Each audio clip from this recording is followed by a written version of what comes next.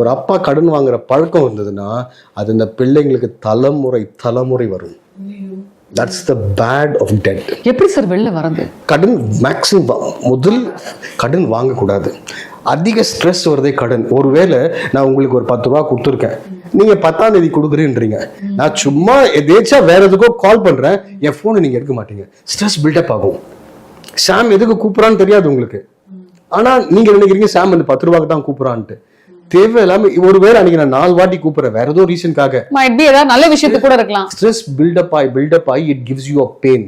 அப்புறம் நான் என்ன நினைப்பேன், நான் வேற ஏதோ ரீசனுக்காக இவங்க கூட பேசணும்னு நினைக்கிறேன், என்னை இவங்க அவாய்ட் பண்ணும்போது I keep giving more pressure. இங்க தான் ப்ரெஷர் ஆகுது. ஸோ நம்ம என்ன நினைக்கிறோம், அடுத்து இப்படிதான் யோசிக்கிறாங்கன்ட்டு ஒரு ஃபோன் கால் போட்டு சொல்றதுல ஒண்ணுமே இல்லை.